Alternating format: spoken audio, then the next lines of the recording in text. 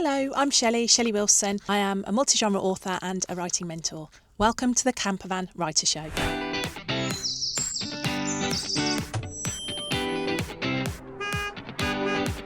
We've got something a little bit different for you today for this episode. I'm here at the NEC in Birmingham and we're at the Motorhome and Caravan Show.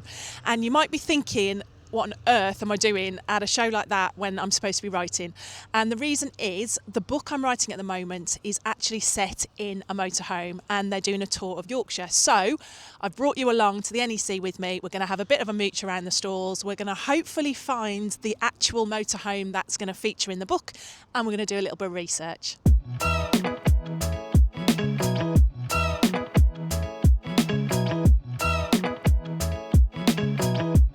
So the next book I'm working on is another romance, and I loved the feedback that I got for Floating Solo. So I'm kind of going down a very similar route, as in it's still travel related, it's still solo travel related, but it's a little bit different. In this particular book, we are hiring a motorhome and we're going in convoy. So we've got 3 motorhomes and they've got a leader who's taking them on a tour around Yorkshire for 2 weeks. So this is another enemies to lovers, close proximity.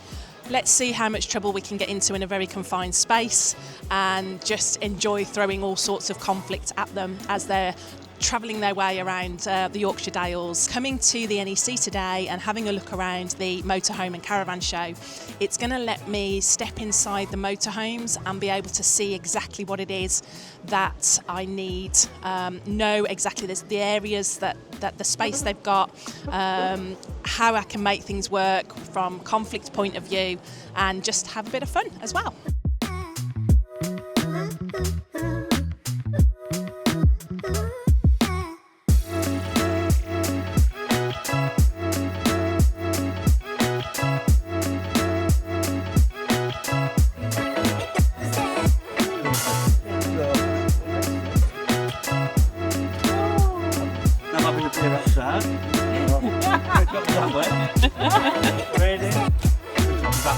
So what we're actually looking for while we're here is a motorhome that's got 2 separate bedrooms. So there's a bedroom at the back, which is a fixed bed normally, and then I'm looking for a motorhome that's got a bed at the front over the cab. So this one has got to drop down. You obviously click on here, it'll drop down, but I don't think there's enough space in there for our 6'2" hero.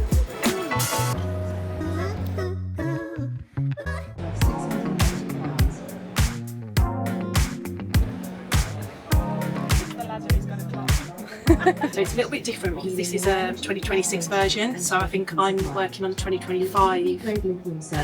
But it's along the line, so it's really handy to see it being here, to be able to see where my character's going to sit, they're going to eat, they're going to chat, they're going to fall over each other in the best possible way.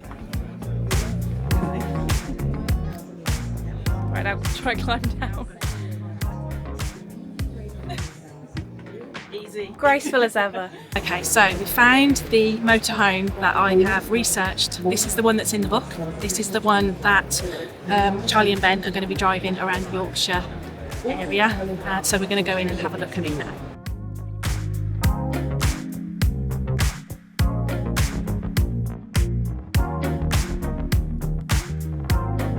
This is exactly as it is. So yeah, they're at both opposite ends. Charlie's at that end, Ben's at that end, and everything kind of happens in the middle. You know, there's a lot of close proximity, as you can see. But it's so nice. It's so nice. So that's really handy to see, so that I can make that work in. He's like faffing around her while she's doing whatever she's doing, and then vice versa. So this is so cool.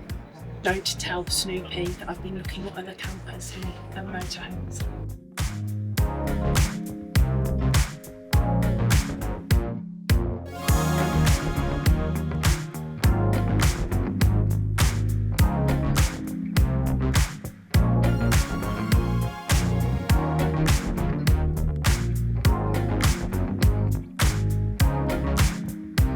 Only we can come to the Motorhome Caravan Show and find a bookshop.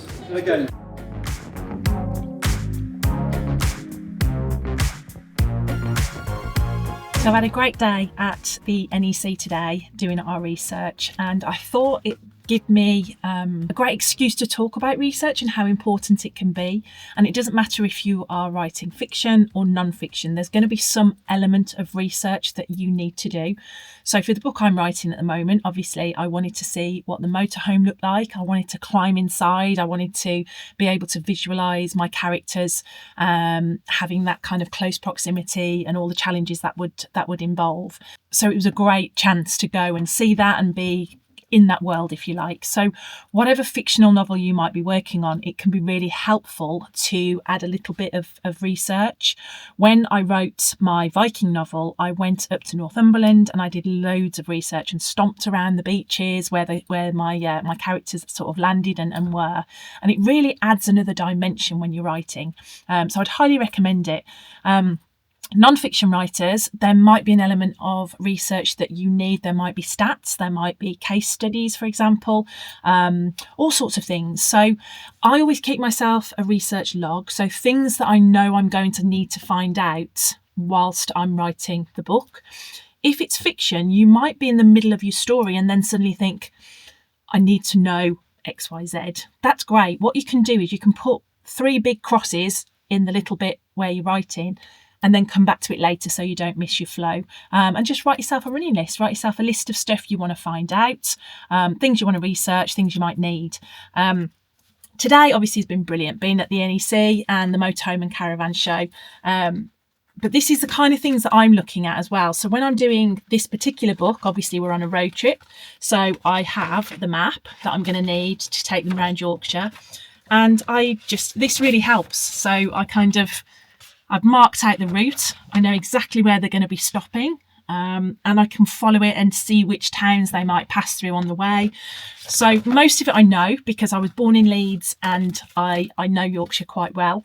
But obviously there's parts of it I don't know, and parts that they're going to be on this road trip. So it's really handy to kind of have a bit of a map. I've always got my notebook. You know what I'm like. I like a squishy notebook.